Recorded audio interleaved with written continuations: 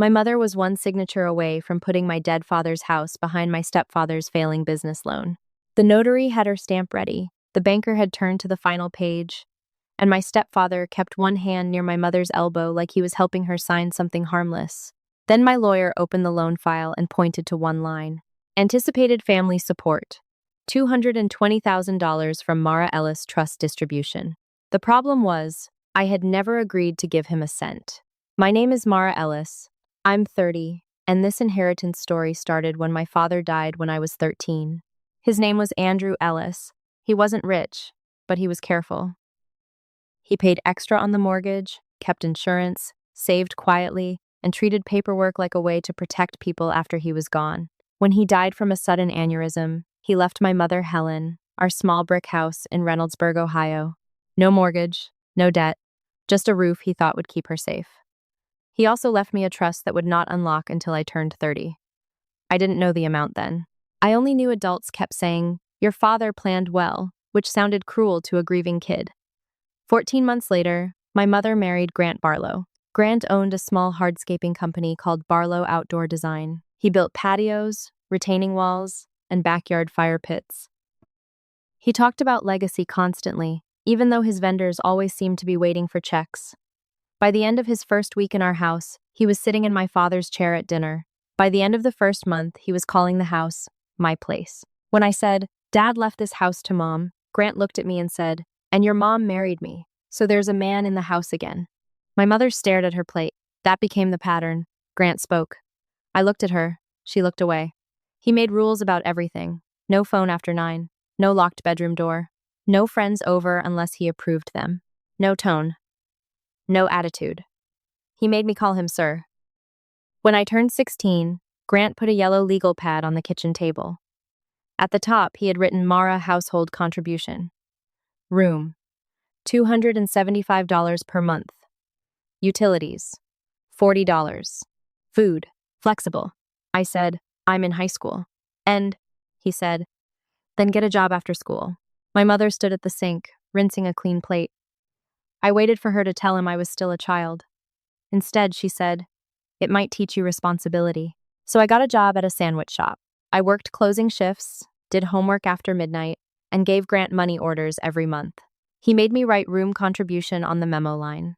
2 weeks after I graduated high school, Grant told me I had 30 days to move out. "You're an adult now," he said. My mother cried in the hallway, but she didn't stop him. She helped me pack clothes into trash bags and slipped $300 into my backpack when Grant was outside. I thought that meant she loved me, but was trapped. Now I think it meant she wanted to feel kind without having to be brave. I rented a room from Mrs. Alvarez, an older widow who charged me less than she could have. When I asked why, she said, "You look like someone forgot they were supposed to protect you." Those next years were not inspirational while I was living them. They were lonely. I slept on an air mattress that slowly lost air by morning. I worked warehouse shifts before class and fell asleep on the bus with my backpack hugged to my chest. I ate peanut butter for dinner more nights than I want to admit. When other students called home because they were stressed, I sat in my car and cried quietly because there was no safe home to call. By 30, I had a small condo, a used Honda, a payroll accounting job, and a habit of keeping every receipt because old fear doesn't disappear just because your life gets better. 3 days after my 30th birthday, I received a letter from my father's estate attorney, Bernard Klein, about the final trust release from the Andrew Ellis estate. There was no dramatic will reading, no secret will hidden in a drawer, just an old legal file my father had built years before anyone knew how badly I would need it. Bernard slid the folder across his desk and said, "Your father was very clear about this day." The trust distribution was $486,000. I stared at the number until it blurred. Bernard explained that it came from life insurance proceeds, investment growth, and a small stock account my father had placed in trust. He had locked it until I was 30 because, in Bernard's words, he wanted you old enough to withstand pressure. Then Bernard showed me the house clause. My mother could live in the house for the rest of her life, but my father had also recorded a future interest for me. If the house was sold, refinanced, or used as collateral, I had to receive notice and independent review. That clause was the part that made my throat close. My father had been dead 17 years, and he still knew someone might try to pressure us. That night, I made the mistake of telling my mother. I wanted one clean moment with her. I told her about the trust and said, "Please keep this between us." She cried and said, "Your father would be so proud." For 8 minutes, she sounded like my mother. Grant called at 6:48 the next morning. No congratulations, no mention of my father. Just, "We need to discuss that trust." I said, "No, we don't." He said, "Don't act like a stranger now that money is involved." He asked me to come to his office at noon. I should have refused, but part of me wanted to hear him say the ugly part out loud. Grant had a folder open on his desk when I walked in. Vendor balances, payroll shortfalls, equipment repairs. Then a line item, Mara contribution, $220,000. Not request, contribution. Like, he said, that would stabilize the company, protect your mother, and recognize what I invested in you. I asked, invested? I housed you, fed you, disciplined you, made you independent. You charged me rent in the house my father left to protect us. His smile thinned. That taught you responsibility? No, I said. It taught me not to trust you. He lowered his voice and said, your mother is under pressure. If this company fails, she suffers too. Then she can talk to me herself. She should not have to beg her own daughter. I picked up my purse. Grant said, I'm trying to give you a chance to do the right thing before this gets complicated. It got complicated when you wrote my inheritance into your budget. That night, my mother called crying. She said Grant felt humiliated. She said I was acting cold. Then she said, your father would have wanted you to help me. That was the first time she used my father's memory as a weapon. I said, Dad put the trust behind legal walls so no one could pressure me. She said, you don't know that. I have the documents. She went quiet. That silence told me she understood more than she wanted to admit. The next morning, I hired Elena Moss, an attorney who read fast and wasted no words. She looked through the trust documents, the house clause, my old rent receipts, and my notes from Grant's office. He has no legal claim to your trust, she said. But entitlement mixed with debt can get dangerous.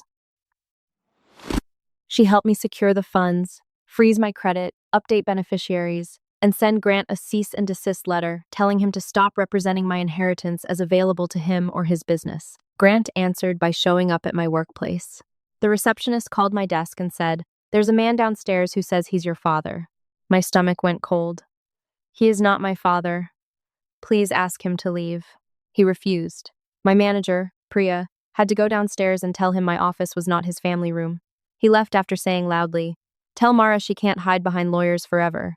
9 days later, Bernard called. He had received notice of a proposed collateral review involving my mother's house. That was how I found the real family betrayal. Because of my father's estate clause, Bernard could request the preliminary loan packet.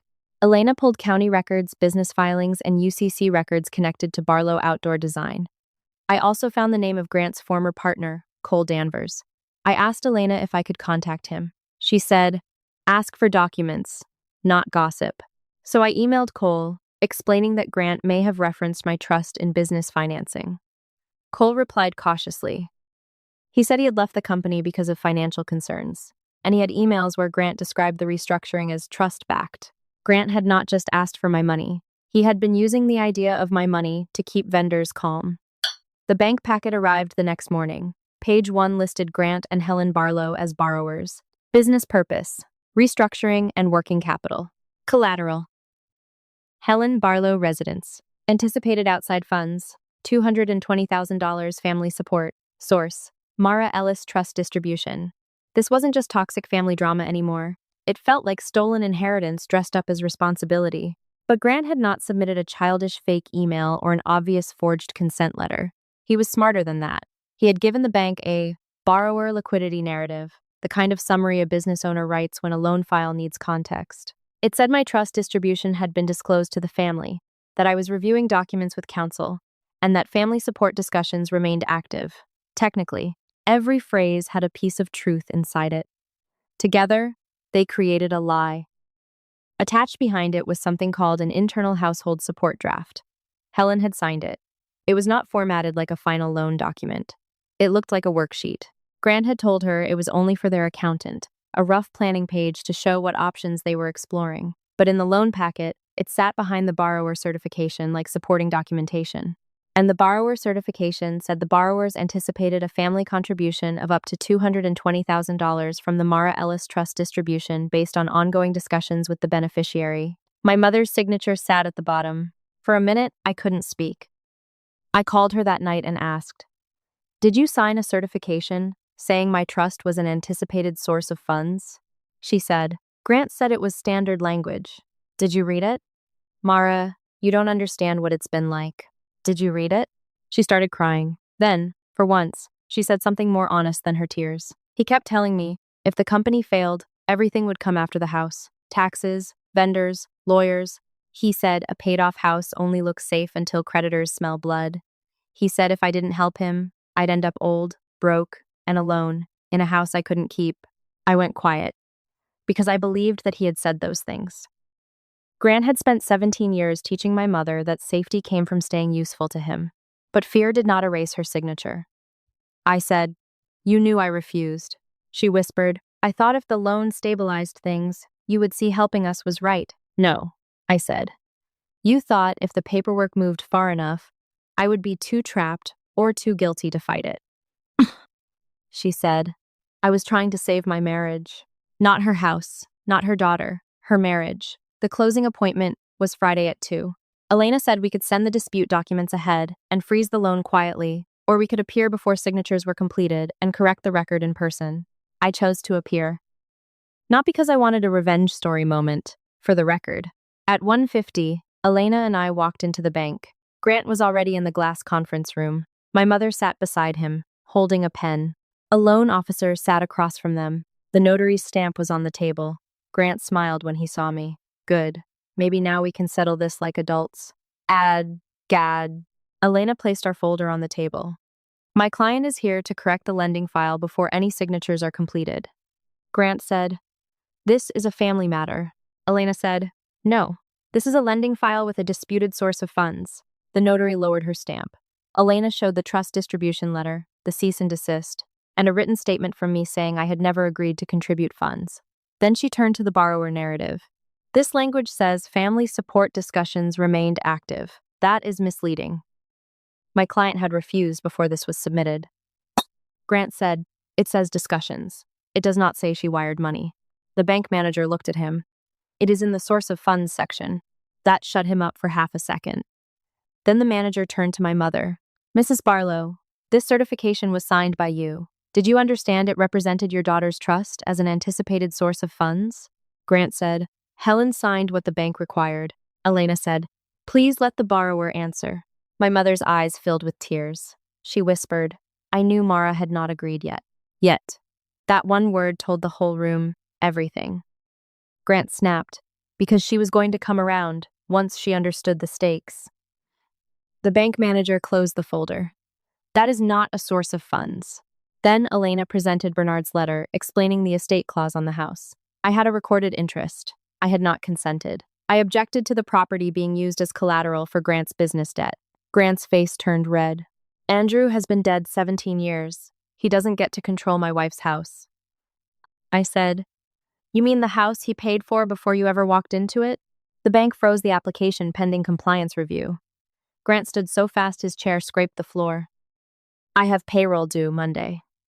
The bank manager said, "Then you should not have submitted a file with disputed funds." Grant pointed at me. "She wants my company to fail." I said, "Your company was failing before my trust unlocked." Security was called quietly.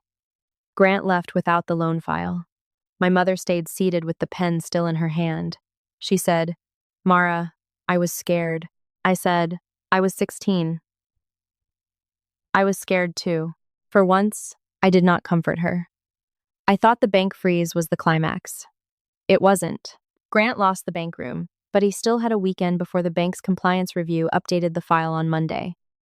And desperate people love weekends because offices are closed, relatives are available, and pressure can be dressed up as dinner.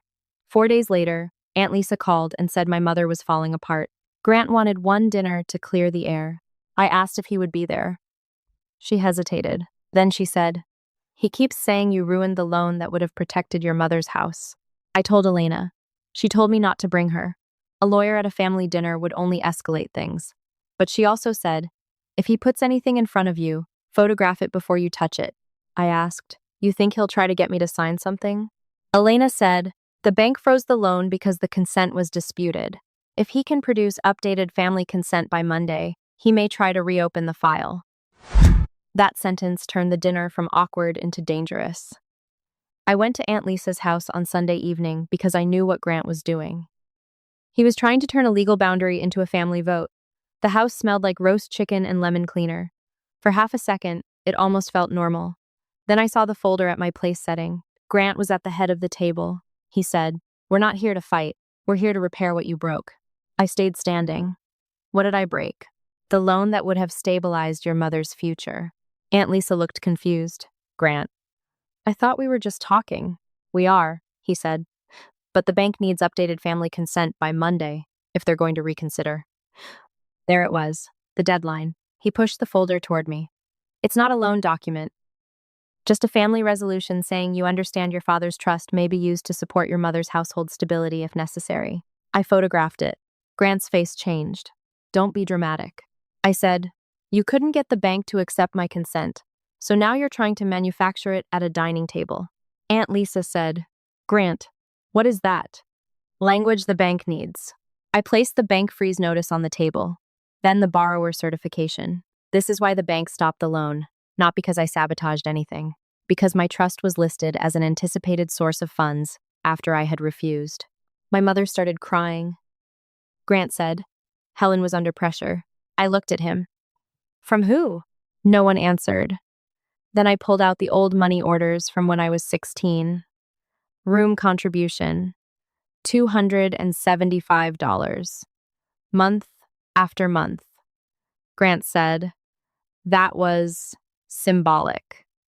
I said, then why did you cash every one? My cousin Rob stared at the receipts and said, you charged her rent? Grant stood up. If this family wants to treat me like a criminal, I'm done. For years, that line would have made everyone chase him. This time, no one moved. Grant waited 1 second too long. Then he grabbed his coat and left. The door slammed, and the house did not fall apart. Aunt Lisa looked at my mother and said, Helen, you told us Mara refused to help. You did not tell us Grant tried to make her refusal disappear. And my mother covered her face. I picked up the unsigned family resolution and put it in my folder. Grant had not gotten a signature. He had not gotten a statement. He had not gotten my father's trust. And on Monday, he had nothing new to give the bank. 2 weeks later, the bank permanently declined the loan. A month later, Barlow Outdoor Design entered restructuring. Vendors stopped extending terms after Cole provided emails showing Grant had been promising trust-backed funds before any money existed. Grant told people I ruined him. Maybe he believed it. It was easier than admitting his business had been dying long before my inheritance appeared.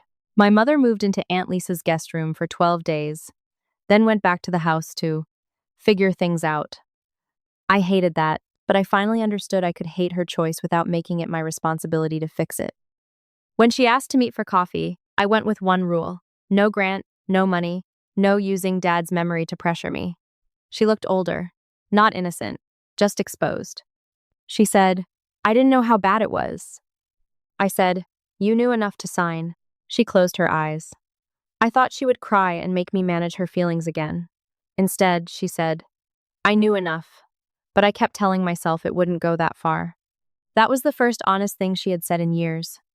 With Bernard's help, I confirmed the house clause was still properly recorded. With Elena's help, I kept every document organized. With a financial advisor, I protected the trust. Then I used the money without asking anyone's permission. I paid off my condo. I built a real emergency fund. I repaired Mrs. Alvarez's roof because she had once given me a safe room when my own family threw me out. Then I started a small scholarship fund for young adults leaving toxic family situations. The first applicant was a girl working 30 hours a week while finishing high school because her stepfather charged her rent. I read that sentence, walked away from my desk, came back, and approved the grant. People think inheritance is about money. It isn't. Not really. Inheritance is about what someone wanted to protect after they were gone. My father left me $486,000, but more than that, he left me proof. Proof that I was not selfish for saying no. Proof that the house was never Grant's kingdom. Proof that my future did not belong to whoever shouted loudest after my father died. Grant called Dad's trust family money. He was wrong. It was my father's last boundary, and I finally honored it. What would you have done if you were in my place? And would you ever forgive a mother who signed because she was scared but signed anyway? Thank you for listening.